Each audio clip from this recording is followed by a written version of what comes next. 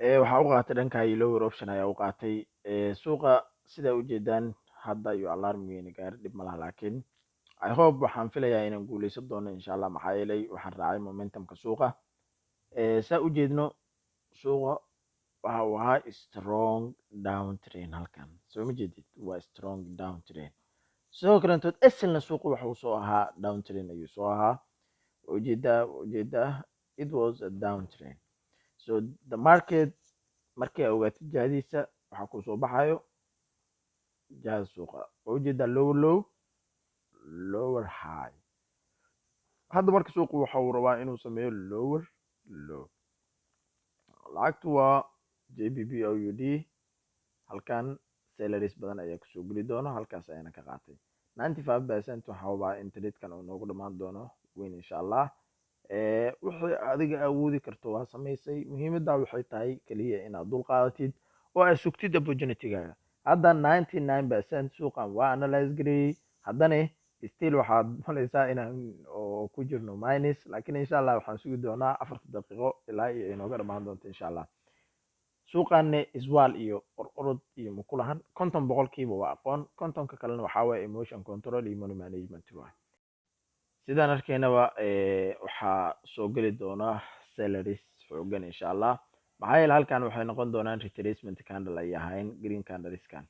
suuqa jihadiisu waxa waaye low jihadiisu waa inuu raacaa at least hal shay ay ku guuldareysan kartaa oo ah consolidation suuqan inuu galo consolidation suuqa hadduu galo wuxuu sii wadan doonaa jihadiisii lowga ahayd marka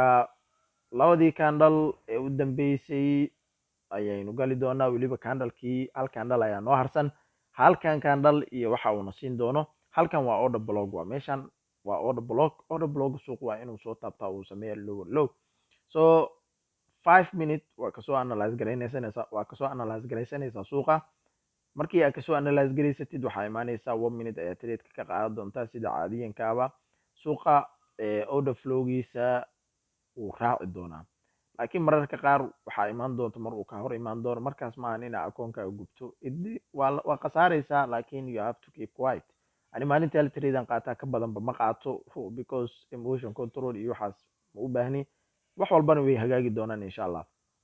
waxaynu maraynaa candlekii u dambeeyey candlekan suuqan I think order blockan in la jabsan doono ila tahay oo suuqu jihadiisa uu sii wadan doono candlekana dadka waxaa la rabaa inay retracement usoo qaataan hadda qolaha retracement usoo qaadan doonta